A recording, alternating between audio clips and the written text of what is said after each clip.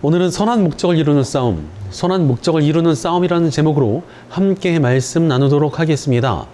지금 이 시대의 비극 중에 하나는 바로 선한 목적의 상실입니다. 인간이랑 짐승이 다른 점이 무엇입니까? 고차원적인 지성을 가지고 더 나은 목적을 가지며 살아갈 수 있다는 점입니다. 그러나 좋은 목적이 상실된 인간이 과연 짐승보다 더 낫다고 할 수가 있습니까? 그러나 이 시대를 살아가는 사람들의 목표를 보면은 야생에 있는 짐승들보다 더 나은 것 같지가 않습니다. 좀 더 부유해지고 싶어 하고, 좀 더 큰 집에 살고 싶어 하며, 더 좋은 배우자를 만나고 싶어 하고, 더 잘 살고 싶다는 이 목표만을 가지고 살아가는 사람들이 대부분입니다. 물론 더 잘 살고 싶다라는 것은 인간의 당연한 본성입니다. 하지만 이런 목적만이 삶의 전부라면 대체 짐승과 무엇이 다를 수 있다고 할 수 있겠습니까? 짐승들도 더 많은 먹이와 더 안락한 보금자리를 원하며 더 좋은 짝을 얻기 위해 투쟁합니다. 이런 육신의 욕망에 불과한 목표에 머물러 있다면 우리의 육체는 만족을 얻을 수 있을지 몰라도 우리의 정신과 영혼은 진정한 채워짐을 얻을 수가 없습니다. 실제로 육신적인 욕망을 추구하는 사람들을 보면 진정한 만족을 얻지를 못하고 공회하는 경우가 굉장히 많습니다. 내가 갖고 싶었던 것을 가지고 원하는 것을 이룬다고 정말 극상의 만족감이 오는 것은 아니기 때문입니다. 너무너무 사고 싶었던 물건을 사게 되면 처음엔 너무나 기쁩니다. 그러나 곧 허무함과 불만족이 우리 심장을 파고듭니다. 처음에는 작은 것으로 행복해하고 만족해했는데 점점점 나이가 들면서 더 크고 좋은 것이 있어야 만족이 되고 나중에 정말 웬만해서는 만족이 되지는 않습니다. 게다가 이러한 육신적인 욕망은 비교의식으로 굉장히 쉽게 빠져버립니다. 어떤 집사님께서 이사를 가게 되셨는데 이사 가자마자 얼마 지나지 않아서 그곳에 재개발 소식이 발표가 되었습니다. 처음에는 큰 이득을 얻게 됐기 때문에 한 달 내내 기뻐하셨습니다. 그러나 한 달이 지난 뒤에 그 마음이 싹 사라졌습니다. 이사 올 때 조금만 더 큰 집을 샀다면 더 많은 이득을 얻었을 텐데, 나보다 더 큰 집을 가진 사람은 더 많이 집값이 올랐을 텐데, 다른 지역은 더 많이 올랐을 텐데 이러면서 슬퍼하기 시작하셨습니다. 이렇게 끊임없는 비교의식의 지옥에 빠져버리니까 기쁨 대신 우울함이 그 마음을 차지해버렸습니다. 실제로 내가 남들보다 더 많은 육신적인 욕망을 채우고자 하는 비교의식에 빠져버린다면 진짜 지옥 같은 삶이 무엇인지 알 수 있게 될 것입니다.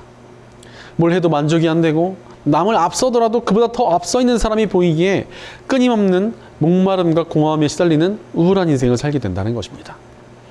바로 온전한 목적을 갖지 못하면 그것은 반드시 우리의 삶을 망가뜨립니다. 평생 만족하지 못하고 비교의식에 시달리는 삶을 산다는 것이 얼마나 불행한 일입니까? 게다가 또 바른 목적이 없으면 하나님께 제대로 쓰임받을 수 없고 하나님께서 주시는 복도 누리지 못하는 처참한 인생을 살게 됩니다. 그러니 우리의 삶에는 제대로 된 목적이 필요합니다. 그렇다면 우리 인간에게 주어진 제대로 된 목적이라는 것이 무엇입니까? 그것은 바로 하나님의 뜻을 향해 살아가는 것입니다. 하나님께 지음받은 우리들에겐 하나님의 뜻대로 살아가는 것만큼 중요한 일이 없습니다. 이 목적에서 벗어나니까 우리 인생이 공허해지고 불만족과 우울감에 시달리게 되는 것입니다. 그렇기에 우리가 올 한 해 동안 Anchors Away 하나님의 뜻을 향해 나아가자라는 주제를 가지고 여러 성경의 인물들을 살펴보고 있습니다.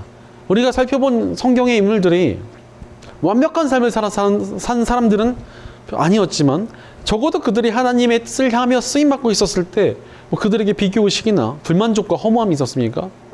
오히려 하나님의 은혜와 능력과 복을 누렸습니다. 바로 하나님의 뜻을 향한다는 그 바른 목적이 우리 삶을 온전하게 세워집니다. 그래서 오늘은 선한 목적으로 하나님의 뜻을 따랐던 사람, 사도 바울을 살펴보고자 합니다. 아마 신약 성경에서 예수님 다음으로 중요한 사람이 있다면 사도 바울이 아닐까 싶습니다. 신약 성경 27권 중에 14권을 바울이 썼고 수많은 교회를 세웠습니다. 심지어 그 일을 그냥 해낸 것도 아니고 천막 짓는 일을 하면서 자기가 직접 돈을 벌어서 자신의 돈으로 선교를 감당했습니다. 어떻게 한 사람이 이렇게 많은 일을 해낼 수 있나 싶은데 그것은 그가 바른 목적을 확실히 붙들고 있었기 때문이었습니다. 오늘 본문 6절을 보면 나는 이미 부어드리는 제물로 피를 흘릴 때가 되었고 세상을 떠날 때가 되었습니다 라고 바울은 비장하게 말합니다. 오늘 말씀은 바울이 제자 디모데에게 남긴 유언과도 같은 편지의 내용입니다. 그는 자신의 삶을 하나님께 부어드리는 제물처럼 올려드리고 있다는 것입니다. 지금 바울은 로마의 황제에게 체포가 되어서 죽음을 눈앞에 두고 있었지만 오히려 그는 자신의 삶을 하나님께 드릴 수 있어서 만족한다라는 표현을 하고 있는 것입니다. 죽음 앞에서 어떻게 이런 생각을 할 수 있었겠습니까? 바울이 바른 목적을 쫓고 있었기 때문이었습니다. 사실 바울은 원래 바른 목표를 갖지 못했던 사람으로 보입니다. 바울의 배경을 보면 그는 유대인 핏줄을 가지고 있는 로마 시민으로 태어난 사람이었습니다. 이는 그의 부모나 조상이 당시의 유대인들을 지배하고 있던 로마를 위해 공을 세우고 상당히 친 로마적인 성향을 가진 이들이었다는 뜻입니다. 일제 감정기로 따지면 일제에게 귀족 자격까지 받은 친일파라고 하면 틀리지 않을 것 같습니다. 게다가 그가 천막업을 했다는 것은 단순하게 제조업을 했다 이런 뜻이 아닙니다. 이 시대의 천막은 로마 군대의 필수품이었습니다. 그래서 천막업자들은 군에다가 납품을 하면서 부와 권력을 누리던 사람들입니다. 이런 것을 보면 바울의 집안은 돈과 권력을 확실히 따르고 있던 집안으로 보입니다. 그러나 바울은 그런 집안 분위기와는 달리 하나님을 위해서 살고 싶었던 것 같습니다. 따라서 젊은 날의 바울에게는 나름의 방황이 있지 않았을까라는 생각이 듭니다. 우리 부모는 돈과 명예와 권력을 쫓지만 나는 그래도 우리 조상이 하나님을 따르고 싶다. 하나님께서 원하시는 길로 가고 싶다라는 생각을 했던 것 같습니다. 그래서 그는 자신의 고향에서 1000km 가까이 떨어져 있는 예루살렘까지 와서 하나님의 말씀을 배웠고 다른 이들을 가르치는 선생의 자격을 얻었으며 이단들을 척결할 권한까지 가지게 되었습니다. 방황 끝에 그는 하나님을 위해 살고 싶다라는 목적을 이루기 위해 나아간 것입니다. 하지만 이때 당시 유대 민족은 하나님의 뜻에서 한참 벗어나 있었기 때문에 사도 바울은 진정한 의미에서 하나님의 뜻을 향하고 있지 못했습니다. 그러니 아마도 바울이 열정적으로 살아가긴 했지만 뭔가 완전한 만족함과 충만함을 느끼지는 못하지 않았을까라는 생각이 듭니다. 그러나 하나님께서는 그의 열정을 보시고 그를 택하여 만나주셨습니다. 바울은 예수님을 믿던 이들을 이단으로 몰아가면서 예루살렘에서 거의 300km 가까이 떨어져 있던 다메섹까지 그들을 잡으러 갑니다. 그러나 그 길 가운데 예수님께서 바울을 만나주셨고 그가 지금 잘못된 길로 가고 있으며 예수님을 따르는 바른 길로 오라고 그에게 바른 목적을 전해주셨습니다. 그 이후 바울의 인생이 완전히 바뀌었습니다. 망설이고 헤매이던 모든 방황을 끝내고 예수님을 위해 목숨을 내던지며 선한 목표를 따르는 후회 없는 인생을 살게 되었습니다. 사실 이 시대의 많은 젊은이들도 목표를 잃고 방황 중이라고 생각을 합니다. 이제는 돈을 많이 벌어서 성공하겠다라는 목표조차 잃어버린 청년들이 많습니다. 치솟은 집값에 내 집 마련의 꿈을 포기한 이들도 많고 이전 세대보다 못 사는 첫 번째 세대가 될 수 있다는 패배감이 젊은 세대를 짓누르고 있습니다. 돈을 벌어도 내 집 하나 장만하지 못하는 현실, 노력해도 성공이 보장되지 않는다는 절망감, 기후위기와 비관적인 세계 정세, 혼란한 국내 정치는 청년들의 목표를 상실하게 만들었습니다. 이러한 어려움을 어떻게 극복할 수 있습니까? 선한 목적이 이 세대에 회복되어져야 합니다. 바로 선한 목적이 회복될 때 절망감과 패배감을 극복하고 다시 일어날 수 있기 때문입니다. 역사를 봐도 그렇습니다. 임진왜란 때 7천량 해전에서 원균이 이끌던 조선군은 처참한 패배를 당합니다. 조선의 병사들은 승리에 대한 열망을 잃어버린 채 패전병이 되어서 떠돌고 방황하게 되었습니다. 그러나 전장에 복귀하게 된 이순신 장군이 패잔병들을 끌어모읍니다. 그들에게 전투를 준비시키면서 다시 나라를 구하기 위해 목숨을 바치자라는 뜨거운 목표를 심어주었습니다. 그래서 패잔병들이 모여들고 또 다시 일어나서 훈련받고 다시 함께 싸웠습니다. 그리고 큰 승리를 거두었습니다. 바로 바른 목표가 방황하고 지치는 이들을 일으켜서 세워나가게 한다는 것입니다. 마찬가지로 하나님의 뜻을 향한 바른 목적의 이 시대를 다시 일으킬 수 있습니다. 그러니 우리는 하나님의 뜻을 향한 바른 목적을 품고 선한 목표를 이뤄가야 합니다. 하나님의 뜻을 향한 선한 목표가 우리 삶을 반드시 달라지게 할 것이기 때문입니다. 하나님의 뜻을 따르는 모든 이들에게는 하나님께 주시는 능력과 복과 은혜가 임하니 마음의 기쁨과 평안이 샘솟고 삶의 승리와 역사가 나타나게 되어 있습니다. 그러니 우리는 하나님의 뜻을 쫓으며 선한 목표를 이뤄가야 합니다. 그럼에도 불구하고 많은 이들이 하나님의 뜻이라는 선한 목표를 쫓지 못하고 살아갑니다. 왜 그렇습니까? 이 땅에서 살아가고 있기 때문에 그렇습니다. 이 땅에서 살아가는 동안에 하나님의 뜻 이외에도 신경 써야 할 가치들이 많이 있습니다. 의식주의 문제도 책임져야 되고요. 결혼이라던가 관계에 대한 것들도 신경을 써야만 합니다. 솔직히 인생에서 진로나 먹고 사는 문제들을 다 내팽개칠 수는 없습니다. 당연히 그런 것들을 신경 안 쓸 수는 없지 않겠습니까? 믿음이 있는 크리스천들도 결혼해야 되고요. 진로를 꾸려가야 하며 가정을 책임져야 합니다. 이런 것들 다 하지 말라고 하는 데들이 있으면 거의 대부분 이단입니다. 자기네들이 뭐 먹고 살게 해줄 것도 아닌데 어떻게 그렇게 쉽게 말을 합니까? 이 땅에서 살아가기에 이 땅에서 감당해야 할 가치들을 챙겨야만 한다는 것입니다. 다만 그런 땅의 가치에 완전히 파묻혀서 오직 땅의 가치만을 쫓으며 그것들을 최우선으로 여기며 그것을 따르는 것은 크리스천답지 못한 태도라고 할 수 있다는 것입니다. 하지만 안타깝게도 너무나 많은 크리스천들이 땅의 가치에 너무나 많은 우선순위를 두고 살아갑니다. 하나님의 뜻 대신 하나님을 위해 살아가는 대신 땅의 가치를 먼저 쫓습니다. 땅의 가치만을 쫓습니다. 그러니 선한 목표를 잃어버리고 방황하게 되는 것입니다. 그러나 우리는 이 땅, 그 이상의 가치를 바라볼 줄 아는 사람들입니다. 믿음이 있다는 것은 이 땅을 넘어 하나님 나라를 바라보며 살아간다는 의미이기 때문입니다.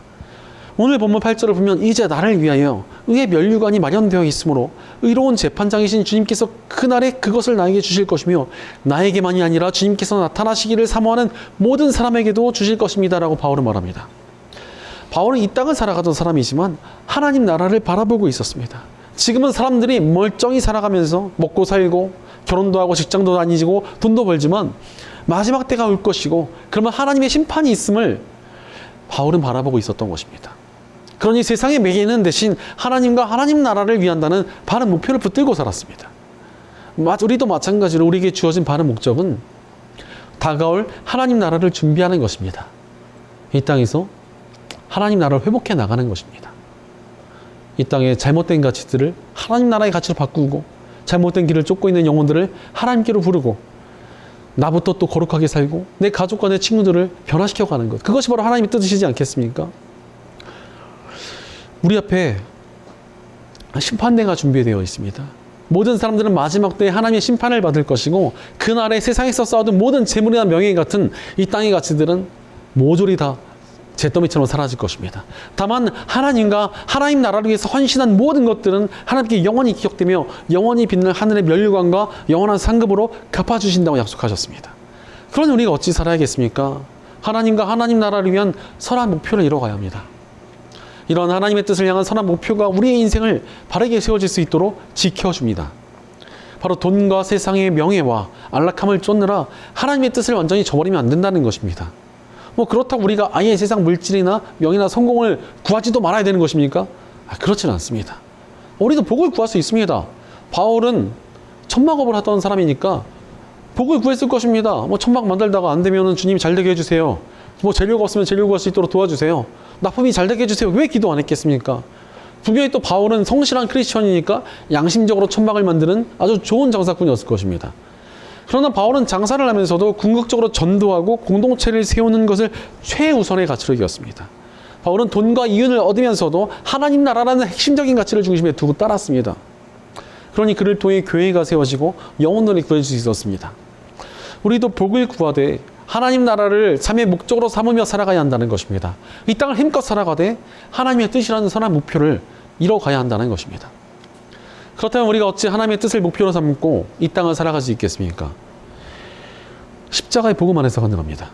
십자가의 복음은 이 땅을 향한 욕망에 빠져 죄를 쫓던 우리를 구해주신 하나님의 은혜입니다.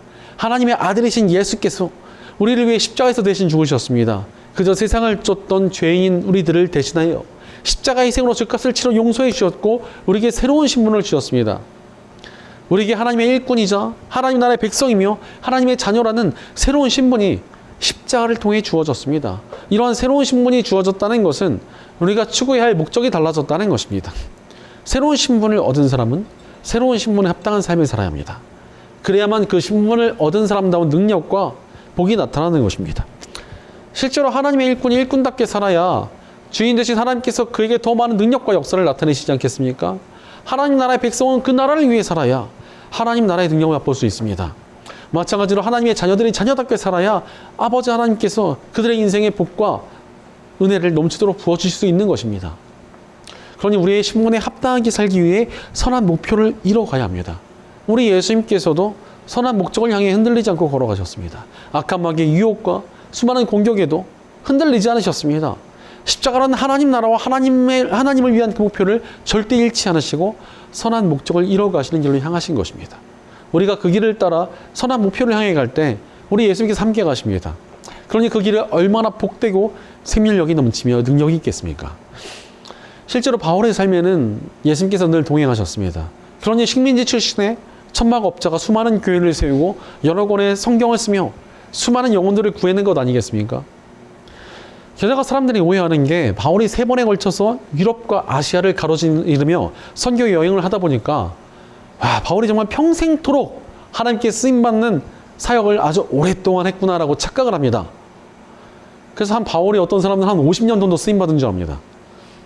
그런데 바울이 사도로서 사역을 한 기간이 생각보다 굉장히 짧습니다. 12년에 불과합니다. 고작 12년이란 한정된 시간 동안 수많은 영혼을 살리고 여러 교회를 세우며 성경을 기록했습니다.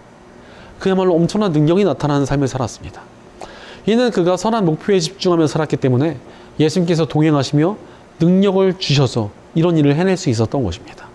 그리고 이런 삶에는 후회가 없었습니다. 그러니 바울은 선교 사역을 감당하다 순교를 하게 됐음에도 자신의 삶이 부어지는 제사로 드려지게 되었다며 후회 없는 살았음을 고백하고 있는 것입니다. 그만큼 그는 만족하며 평안하며 좋은 인생을 살았다는 것입니다.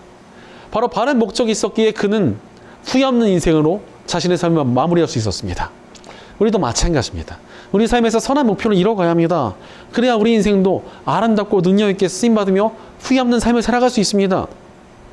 그렇다면 우리가 어떻게 선한 목표를 이뤄가며 쓰임받으며 살 수 있겠습니까? 선한 목적을 향한다는 것은 사실 선한 싸움을 싸우며 살아간다는 것과 같은 의미입니다. 우리가 어떠한 목적지를 향해 나간다면 장애물이 있고 난관이 있고 그것들과 싸워 나가야 하기 때문입니다. 스포츠에서도 우승이라는 목적을 이루려면 경기를 치러야 합니다. 경기를 이루지 않고 우승할 수 있는 팀은 없습니다. 바울도 선한 목적을 이루기 위해서 싸움을 치러 나갔습니다. 그런 7절 말씀에서 바울은 나는 선한 싸움을 다 싸우고 달려갈 길을 마치고 믿음을 지켰습니다 라는 고백을 드리고 있는 것입니다. 바울은 자신의 삶에서 선한 목적을 위해 싸워왔고 그것을 통해 믿음 안에서 바로 세워지는 삶을 살았으며 후회 없는 인생을 살게 되었다고 고백하고 있는 것입니다. 우리도 마찬가지입니다. 선한 싸움을 싸우며 선한 목표를 이뤄가야 합니다. 그때 우리의 삶이 믿음 안에서 단단히 세워져서 후회 없이 쓰임받으며 아름답고 능력 있는 인생을 살아가게 될 것입니다. 그렇다면 구체적으로 어떻게 선한 싸움을 치르며 바른 목적을 이뤄갈 수 있겠습니까?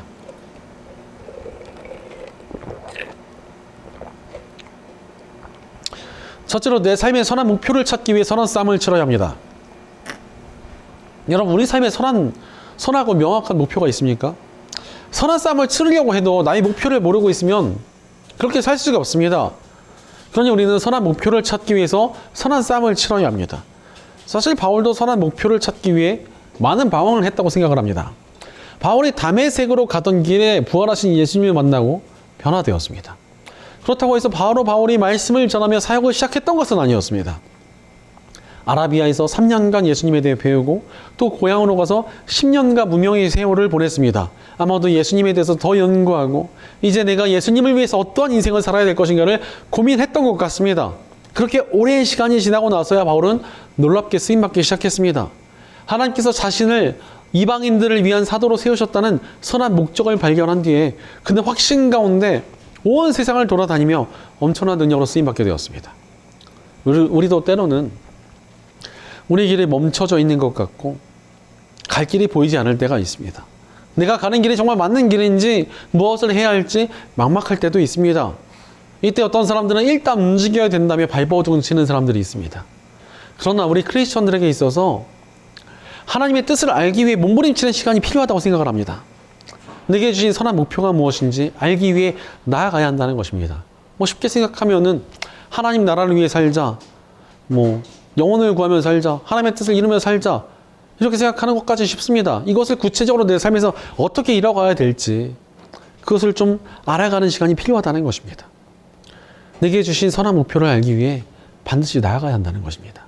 빠르고 잘못된 길보다 느리고 바른 길이 훨씬 낫기 때문에 그렇습니다. 예전에 한 교회에서 어떤 집사님이 일을 오래도록 쉬다가 새로 가게를 개업한다고 자랑했습니다. 그러면서 장사가 잘 되면 헌금도 많이 하고 선교사님도 후원하고 싶다고 목사님께 말을 했습니다. 그래서 목사님, 제가 이제 장사를 하니까 축복해 주세요. 제가 정말 많은 헌신을 할 것입니다. 이 말을 듣고 흡족해 하신 목사님께서 그래요, 기도해 드리겠습니다. 그런데 집사님, 무슨 가게를 하십니까? 이렇게 물어봤습니다. 그랬더니 이 집사님이 예, 아주 이윤이 많이 나는 술집입니다. 이렇게 말했습니다. 목사님 얼마나 뒷목 잡으셨겠습니까? 아니, 술집을 해서 내가 하나님의 일을 하겠다. 이게 맞습니까? 목사님께서 아무리 말리셔도 그 집사님은 끝내 술집을 시작했고 그 결과 큰 축복을 받으셨습니다. 가게가 홀라당 망해가지고 악한 길에서 벗어난 아주 큰 복을 받으셨습니다. 우리는 항상 바른 목표를 먼저 가져야 합니다. 바울도 예수님을 만나고 바른 목표를 알기까지 13년이 걸렸습니다. 쓰임받은 것은 12년이지만 목표를 찾는 것은 13년이나 걸렸다는 겁니다. 그러나 그 이후 수많은 교회를 세우고 많은 영혼들을 구하며 여러 권의 성경을 쓰고 제자를 세우며 엄청나게 쓰임받았습니다. 바른 목표를 향하는 것이 이렇게 중요하다는 것입니다. 바른 길에 능력이 있습니다. 그러니 우리는 바른 목표를 찾는 싸움을 치르며 선한 목표를 이뤄가야 합니다. 바로 바른 목적을 향해 가면 하나님께서 능력과 역사를 나타내십니다. 어리석게 틀린 길에서 헤매지 말고 어서 바른 길로 돌아와서 선한 목표를 이뤄가야 합니다. 그러니 선한 목표를 찾기 위한 싸움을 치르며 우리가 나아갈 길을 발견해야 한다는 것입니다. 하나님께 정말 간절히 구하며 정말 안 되면 금식 기도라도 해서 하나님께서 내게 주신 뜻이 무엇인지 올바른 뜻을 향해 나아가시기 바랍니다. 그 삶에 하나님의 복과 능력이 나타날 것입니다. 내게 주어진 바른 목적을 찾기 위한 싸움을 치르며 하나님 안에서 온전한 믿음으로 쓰임받는 복된 삶을 살아가는 저 여러분 되시기를 간절히 축원합니다. 둘째로 일상을 깨뜨리며 선한 싸움을 싸워야 합니다. 전쟁을 치를 때 아무런 손해 없이 전쟁을 치를 수 있습니까? 그것은 정말 말도 안 되는 일입니다. 모든 싸움은 손해를 감수하고 치러 나가는 것입니다. 바울도 선한 싸움을 위해서 자신의 인생을 깨뜨려야 했습니다. 수많은 핍박과 어려움을 겪어야 했고 이리저리 떠도는 인생을 살았습니다. 선한 싸움이란 이렇게 손해를 감수하는 것이기 때문입니다. 바로 일상의 깨어짐을 감수하지 않으면 우리는 절대 선한 싸움을 싸울 수 없습니다. 소설가 파울로 코엘류가 쓴 선한 싸움이라는 글에서 선한 싸움을 포기하는 사람의 세 가지 특징을 이야기합니다. 먼저는 시간이 없다고 하면서 피곤하고 하루가 짧다며 계속 선한 싸움을 미룬다는 것입니다. 실제로 내 일상을 지켜내기 바쁘다면서 하나님 나라를 위해 사는 일을 미룬다면 대체 언제 선한 싸움을 싸울 수 있겠습니까? 다음으로는 자신에 대한 지나친 확신이 있다는 것입니다. 자신이 현명하고 올바르다고 여기면서 일상의 성벽 안에만 머무르려 한다는 것입니다. 실제로 적당한 믿음만 가지는 것이 현명하다면서 하나님을 위한 일을 하지 않는 사람들이 얼마나 많은지 모릅니다. 적당히 신앙생활하면서 적당히 죄는 덜 짓습니다. 그러나 선한 목표는 가지 못하고 있습니다. 이런 사람들이 얼마나 많습니까? 마지막으로 평화를 추구한다는 것입니다. 대전한 조전을 구하지 않고 자신의 평온과 안락함만을 이루려 한다는 것입니다. 실제로 요즘 기독교 안에 일상의 신앙을 중요시하는 메시지가 굉장히 많습니다. 참 좋은 메시지고 중요한 메시지라고 생각합니다. 하지만 자칫 잘못되면 일상을 지키는 데만 급급한 신앙이 머물 수 있다는 위험이 있습니다. 그러나 하나님 나라를 위해 살아간다는 것은 일상의 깨어짐을 동반합니다. 나의 이득과 안락함을 주던 잘못된 길에서 돌아서야만 합니다. 복음을 전하고 영혼을 구하기 위해서 관계가 흔들릴 수 있습니다. 바른 길로 향하기 위해 반대와 어려움들을 겪을 수 있습니다. 그러나 우리는 일상을 넘어서 선한 목표를 이뤄가야 합니다. 바로 선한 목적을 위해 일상을 넘어서는 모험에 일상 이상의 삶을 살게 하시는 하나님의 능력이 나타납니다. 바울도 자신의 일상을 깨뜨리며 하나님의 뜻을 향했고 엄청난 능력으로 쓰임받았습니다. 우리도 일상을 넘어서는 믿음의 모험을 통해 선한 목표를 이뤄가야 합니다. 그것은 분명히 위험해 보이는 모험이지만 하나님의 능력으로 승리하는 여정이 될 것입니다. 그저 남들처럼 소소하고 보통의 삶을 살면 딱 그만큼만 역사가 일어납니다. 그러나 우리 일상을 깨뜨리며 보통과 다른 삶을 살면 우리 상식과 생각을 뛰어넘는 하나님의 역사와 복이 나타나게 될 것입니다. 나의 일상을 뛰어넘는 선한 싸움을 치르며 하나님 안에서 온전한 믿음으로 쓰임받는 복된 삶을 살아가는 저 여러분 되시기를 축원합니다. 셋째로 포기하지 말고 선한 싸움을 싸워야 합니다. 바울이 선한 싸움을 치러내기까지 얼마나 많은 어려움을 겪었는지 모릅니다. 고린도후서 11장을 보면 바울이 겪은 고난 목록이 나옵니다. 얼핏 봐도 죽기 직전까지 맞은 것이 한 8번, 돌에 맞은 것이 1번, 파손당한 것이 3번, 강도와 잠을 못 자고 배신과 굶주림과 추위에 시달린 적은 수도 없이 경험했다고 말을 합니다. 보통 이 정도면 포기할 만도 하지 않습니까? 그러나 바울은 포기하지 않았습니다. 절대 포기하지 않았습니다. 우리가 선한 목적을 이뤄가는 길은 포기하지 않을 때 가능합니다. 세상은 우리를 끝도 없이 많이 흔들어 댈 것입니다. 때로는 핍박으로, 어려움으로, 실망으로, 배신으로 우리의 마음을 무너뜨리려 합니다. 그러나 포기하지 말아야 합니다. 일본의 농구 만화 슬램덩크에는 정말 많은 명대사가 있는 것으로 유명한데요. 그 중에서 참 울림 있는 명대사가 있습니다. 큰 점수차로 지고 있던 경기에서 주인공이 교체되어 들어갈 때 감독에게 과연 이 경기를 이길 수 있을까요? 라고 묻습니다. 그러자 팀의 감독이 포기하면 그 순간이 바로 시합 종료예요. 라고 말하며 포기하지 말고 싸워나갈 것을 이야기합니다. 포기하지 않고 버티는 것에 능력이 있다는 것입니다. 모든 열매는 포기하지 않고 버틸 때 맺어진다는 것을 잊지 말아야 합니다. 그러니 결코 포기하지 말고 선한 목표를 이뤄가야 합니다. 예전에 어떤 나이든 전도사님이 기독교 서점에서 전도지를 사며 사장님께 말을 했습니다. 사장님은 오늘이 마지막으로 전도지를 사는 날입니다. 저는 이제 늙었고 더 이상 전도지를 돌릴 힘이 없습니다. 오랜 기간 전도지를 돌려왔으나 아무도 구원받았다는 사람이 없고 저는 실패한 것 같습니다. 이렇게 말을 하고 있는데 서점 한 구석에 있던 청년이 이 전도사님을 유심히 바라보다가 뛰어왔습니다. 그리고 말을 했습니다. 전도사님, 저를 기억하지 못하시겠지만 전 전도사님을 기억하고 있습니다. 전도사님께서 몇 년 전 제게 전도지를 전해주셔서 저는 그 전도지를 통해 예수님을 믿고 구원을 얻었습니다. 그뿐 아니라 저와 제 가족도 구원을 얻었고 심지어 제 동생은 지금 선교사가 되어 해외로 나가 있습니다. 저와 저희 가족들을 구해주셔서 정말 감사드립니다. 라고 인사를 하더라는 것입니다. 바로 포기하지 않고 선한 목적을 향해 가면 반드시 열매가 있습니다. 우리가 비록 이 땅에서 그 열매를 보지 못하게 될지라도 하나님 나라에 들어가면 우리가 선한 목표를 향해 흘렸던 피와 땀이 얼마나 굉장한 열매를 맺었는지 알게 될 것입니다. 그러니 포기하지 말고 선한 목표를 이뤄가야 합니다. 반드시 우리 삶이 열매를 맺을 것입니다. 그러므로 포기하지 말고 선한 삶을 치르며 하나님 안에서 온전한 믿음으로 쓰임받는 복된 삶을 살아가는 저희 여러분 되시기를 간절히 축원합니다. 사랑하는 여러분, 선한 목적을 향해 나아가고 계십니까? 선한 목적이 있어야만 우리 삶이 표류하지 않습니다. 일제감정기의 독립운동가였던 도산 안창호 선생은 우리가 세운 목적이 그린 것이라면 언제든지 실패할 것이요 우리가 세운 목적이 옳은 것이라면 언제든 성공할 것이다 라고 말했습니다. 선한 목적이 너무나도 중요하다는 것입니다. 믿음 안에서는 더욱 그렇습니다. 우리 크리스천들의 선한 목적을 향해야 우리 삶에 하나님의 능력과 역사와 복이 임하지 않겠습니까? 오늘 말씀의 주인공인 사도 바울은 바른 목적을 알고 그 목적을 향해 삶을 던졌습니다. 평생토록 바른 목적을 향하는 선한 싸움을 싸워나갔습니다. 선한 목적을 위해 선한 싸움을 치르며 일상을 기꺼이 깨뜨리고 포기하지 않았습니다. 그 결과 한 사람이 한 일이라고는 생각할 수 없을 만큼 엄청난 능력으로 쓰임받았습니다. 그리고 전해지는 이야기에 따르면 오늘 말씀을 제자 디모데에게 전한 사도 바울은 로마의 악한 황제로 유명한 네로에 의해서 순교했다고 알려져 있습니다. 그는 칼에 목이 베어 순교했다고 전해지는데 끝까지 예수 그리스도의 이름을 외치며 순교했고 그의 목이 떨어진 자리에 샘이 3개나 샘솟았다라고 전해져 있습니다. 그래서 그의 순교 장소로 알려진 곳에는 새 샘물교회라고 불리는 예배당이 세워져 있습니다. 조금 전설 따라 산말리 같은 이야기지만 적어도 그의 가는 길에 하나님께서 솟아나게 하신 영적인 샘물이 넘친 것만은 확실합니다. 하나님의 영광이 높아졌고 영혼들이 구원을 얻었으며 세상이 바뀌었습니다. 우리도 우리의 삶을 다해 선한 목표를 이뤄가야 합니다. 우리 삶의 샘물과도 같은 하나님의 능력과 은혜와 복이 솟아날 것입니다. 우리 인생이 하나님의 손길로 쓰임받게 될 것입니다. 엄청난 역사가 임하고 하늘 상급의 풍성이 얻게 될 것입니다. 그러니 사랑하는 여러분, 선한 목적을 향하고 계십니까? 선한 목적을 위한 선한 싸움을 치르고 계십니까?